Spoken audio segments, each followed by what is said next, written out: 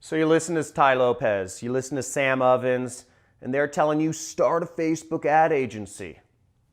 Okay, now I've started a Facebook ad agency, and my Facebook ad agency grew to over 140 employees. And I'm going to tell you exactly how you can start a Facebook ad agency and grow it in this video. Let's do it. Really well. I've been doing them since 2011, and I've made a lot of money as both an agency and as an affiliate marketer using Facebook ads, so really love them.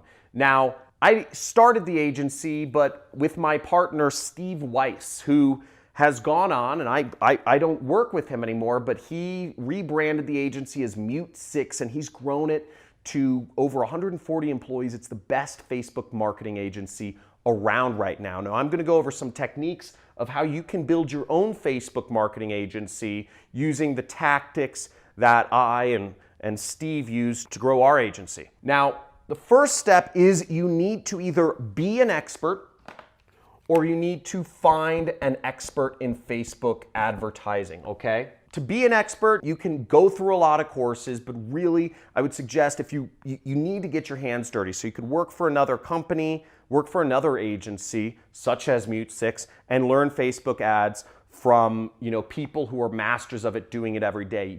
Experience is the best teacher of them all. Or you could find an expert and just mark up their services. Now, when you're marking up somebody else's services, as an ad agency in general, you should be seeking to do 100% markup of whoever's services you are selling, okay? 100% markup. So if they're charging $20 an hour, you are selling their services for $40 an hour. If the person is charging $50 an hour, you are marking up your services to charge $100 an hour. That's, as an agency, standard practice is you mark up by 100%. That might sound a lot, but the rest of the money needs to be used for operations. It needs to be used for office space and rent. It needs to be used for equipment, insurance, legal fees, lead generation, marketing, meetings, conferences, boothing. There's a million things involved in starting an agency. So just make sure, don't shortchange yourself. You should only ever be marking up people's labor and time at 100% if you're running an agency. The second step is you need to identify where your clients are, okay? Identify where they are and where they are going for help. Where are they currently going for help? Now, for Facebook ads, I'll tell you from experience, there's a few places people are going for really any marketing help. And I'm gonna list out a couple. I'm not gonna actually draw it on the board, but you can just pause the video or replay this section. I'm gonna go through them, okay? One is Quora. Quora. Q-O-U-R-A. People, usually pretty smart people who run businesses, are asking questions on Quora. It's a question and answer search engine.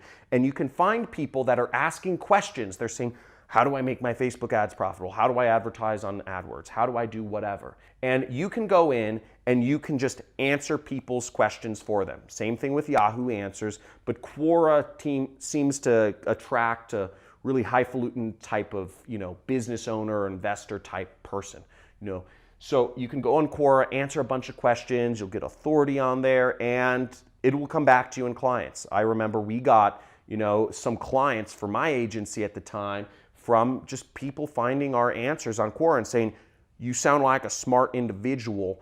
I want to pay you money to manage my ads. Another place people go to find information about subjects is YouTube. YouTube is fantastic. If you put up how-to videos, how to advertise on Facebook, how to advertise on Facebook for e-commerce companies, how to advertise on Facebook for lead generation companies, how to take advantage of the lead forms on Facebook, how to take advantage of Facebook Messenger chatbots. These are all videos you could post, you could show off your expertise, and people will naturally be attracted to you like like bees are attracted to honey or whatever, so that you can get more leads and more clients just by identifying them and addressing their problems. Another place is forums. Okay, there's a lot of forums on the internet where people, they're niche forums. Usually you have to dig around and search and find them. But a lot of people have a lot of tribes. I have my own tribe of affiliate marketers. If you're selling a business opportunity, you could go in there and try to sell it to them. My forum's closed off because I don't want people doing that. But the point is, there are forums and Facebook groups where people ask questions about Facebook ads. My friend, Tim Bird, for instance, he runs a Facebook ad agency. And what he did to get clients is he started a Facebook group called Facebook Ad Buyers. That group now has over 80,000 people that buy ads on Facebook that have joined his group to learn how to buy ads better on Facebook. Now, sure, some of those 80,000 people are probably employees or probably just messing around on the internet trying to find ad tactics, but there are a lot of clients in there. And if you just say 1 out of every 100 people in that group runs a business doing Facebook ads, that's over 800 potential clients. He has an endless, and it's much more than that for him. He has an endless supply of potential clients for his business. And since he started the group and he moderates it, he is the authority on all things Facebook ad related within his group. Great strategy. Another way is help desks, okay? So if you, let's say you use Salesforce or Infusionsoft, different CRMs, different CRM or even Facebook ads. If you go on Facebook ads, you'll see there's, you can usually write comments or people post up questions. If people are asking questions about Facebook ads, you can answer their questions on help desks. Again, part of this is about, where are your customers going when they are in pain, when they're looking for answers to these things. Other places can be business associations or business meetings or conferences, such as I was just at this conference called Funnel Hacking Live. It's for people, users of ClickFunnels. There are 5,000 people there that many of them advertise on Facebook because we're all running marketing, largely online advertising related businesses. So a lot of us are looking for help with Facebook ads. I hired 3 Facebook ad agencies at that conference, okay? So just because there are other Facebook ad agencies at some place doesn't mean there aren't people like me who will just go to a conference. I literally just went there to find more ad agencies to hire because I figured if somebody is there, if somebody attends this conference, they're smart, they're looking to learn, they're involved in the community, they're used to working with ClickFunnels, and they'll need to know how to work with ClickFunnels if they also want to do my Facebook advertising. Great place. But, for instance, other CRMs, I'd say Salesforce or other, Infusionsoft. Salesforce and Infusionsoft are CRMs that focus on either companies that have sales floors or companies that have, like marketing operations. And if a company has a sales floor or a marketing operation, they are a direct response company and they measure dollars in, dollars out, or they have a significant presence and they have a lot of money to spend on advertising. So those are great places to go. Now, once you've identified where your people are, what you want to do is you want to give value, okay? This is the nature of the world, is if you give value, it will come back to you. But again, don't be egotistical and try to give value to people who don't want it. Part of this, what we did in identifying, is we're trying to identify where people want to learn more about Facebook ads or where they want that. Now, to give value, ways you can do that is, I sort of answered it in number 2, is answering their questions, answering their help desk questions, going on there and just saying, hey man, here's how you'd optimize that ad campaign more. If somebody said, posted in that Facebook group I mentioned, and they said, here are my stats in my ad campaign, I can't tell how to lower my cost per lead anymore. Can you anybody here give any insight on what I could do to better advertise? And if you write a really good response and tell them exactly how they can lower their costs and increase their business, maybe that guy will hire you, maybe he won't.